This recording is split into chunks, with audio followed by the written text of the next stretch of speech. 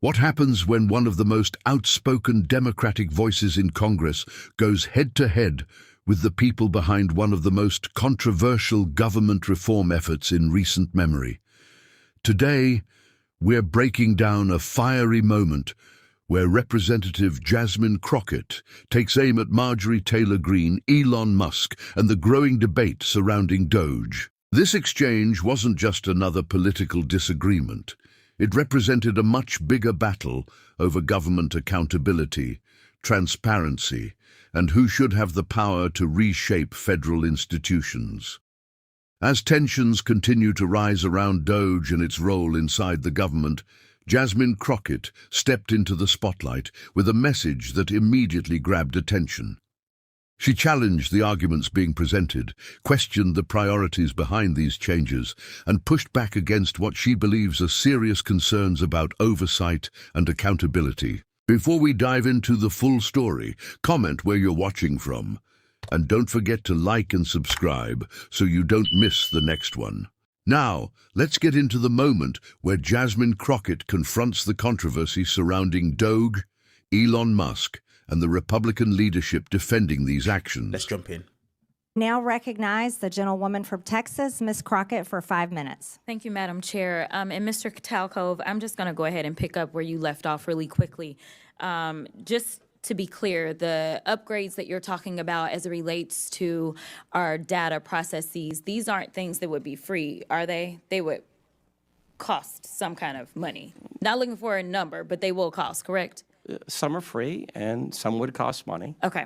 All right. So I just want to leave it there because we've had a number of these hearings. So I do want to be clear, before the Trump administration came in, this committee did exist in the form of the Oversight Committee, and our task is to root out waste, fraud, and abuse. In that vein, we had a number of hearings, at least last term. I can't speak for any other term as I'm only in my sophomore term. And we dealt with improper payments. And interestingly enough, our chairwoman, who is so passionate about this today, she missed every single one of those improper payment hearings. But just to be clear, I was there, so I don't want anyone to believe that Democrats just come to work and don't plan to do work. In fact, I'm trying to figure out exactly what it is that the Republicans believe our job is, because right now they have relinquished their constitutional duties over to an unelected bureaucrat, someone who no one went out to vote for. And absolutely, he is occupying the Oval Office, as we saw yesterday. And that is a first for me, to see someone occupying the Oval Office who's never actually been elected to the Oval Office and actually answering more questions than the person that allegedly got elected. But for whatever reason, this is the first time we're having a Doge subcommittee hearing, and that guy's not here. Instead, we have y'all. So I do want to thank you for coming. But I will say this. It's also interesting to me that in the first few days of Doge existing, we know that they are trying to get rid of the Department of Education, USAID, Consumer Financial Protection Bureau. They're laying off FAA workers. They are going after the FDA, the CDC, the HHS, the FBI agents, and they're talking about getting rid of FEMA. And they brought y'all in.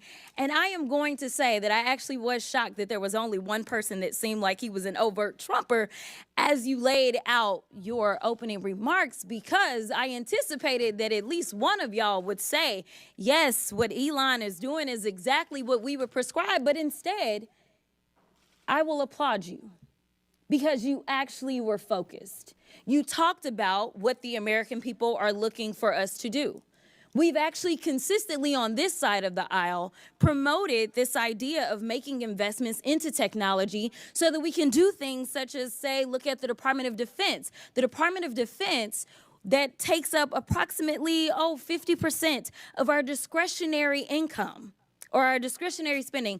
Approximately 50% goes to Department of Defense. Department of Defense has not been able to pass an audit in the last 6 audits, and we're not talking about pennies. I understand that we want everything to be perfect, and if we could get all waste, fraud, and abuse out, that would be fantastic. But let me talk about the big numbers. The big numbers are on that side. When we look at, say, our entire workforce, our federal workforce, as we're trying to somehow fire all of them, they don't even make up a total of 5% It's even less than that when we look at our budget. But let's talk about defense. That just happens to be the same side of the ledger that Mr. Musk gets the vast majority of his money from. In fact, at the same time that they were unlawfully, and we will stay in court, because on this side, we believe in law and order. We believe in, I mean, a number of us are actually lawyers, but nevertheless, we understand the Constitution. We believe in that as well. And so there's things such as, impoundment, right? Because as Mr. Whitson said, he said, we need to return the power of the purse to Congress. It never left. According to the Constitution, that's where it's at. Now, I know that people are confused right now because for whatever reason, we had a guy that went in, and you talk about people invading our data. Listen, people said that they were upset about TikTok, but I'm upset about the guy that runs Twitter, who for sure is doing nefarious things, because I don't understand, if you are trying to conduct audits and figure out where the waste, fraud, and abuse is, I don't know why you would go to some tech guy. In fact, it was only techies that were sitting there at inauguration. We didn't have auditors. I would welcome auditors to come in and do forensic audits. In fact, he sat there in the Oval Office yesterday and he admitted that he was lying, and he was using his propaganda machine to do it when he said that we sent millions of dollars to Gaza for condoms. That was a lie. So let me tell you something. The gentlelady's time has expired. And it is time for the us gentlelady's to do our time job has expired. and rein in this rogue actor known The gentlelady's as time has expired. I now recognize the...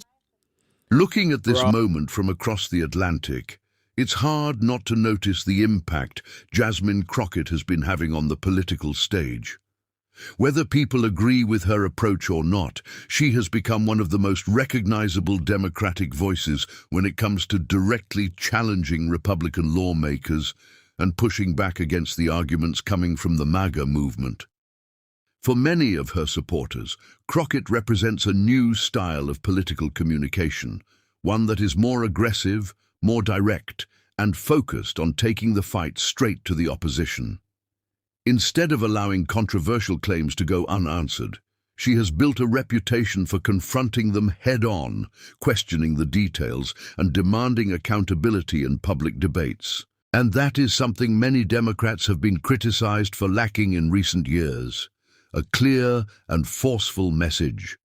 Critics of the party have often argued that Democrats sometimes struggle to communicate their positions effectively, allowing opponents to dominate the conversation. But figures like Jasmine Crockett have attempted to change that by bringing a sharper, more combative style to the national spotlight. The debate surrounding Doge has become a perfect example of why these political battles matter. Supporters argue that efforts to cut government spending and reform federal agencies are necessary, while critics raise concerns about transparency, oversight, and the level of influence given to unelected figures like Elon Musk. That is why Crockett's criticism has gained so much attention. The central question she raises is not simply about reducing waste. Most people agree that government should operate efficiently. The bigger debate is about who is making these decisions, what safeguards are in place, and whether there is enough independent oversight to ensure that power is not being concentrated without proper checks and balances. From the perspective of many observers, the idea of a private technology figure having access to sensitive government systems raises serious questions that deserve clear answers. Supporters of Doge argue that outside expertise can help modernize government, while critics argue that transparency and accountability must come first. And this is exactly why voices like Jasmine Crockett's have become so influential among her supporters. They see her as someone willing to challenge powerful figures, ask uncomfortable questions, and bring attention to issues they believe are being overlooked. But the bigger question now goes beyond this single hearing. Could Jasmine Crockett become one of the future leaders of the Democratic Party? Could her combination of confidence, communication skills, and willingness to fight make her a central figure in the party's next chapter?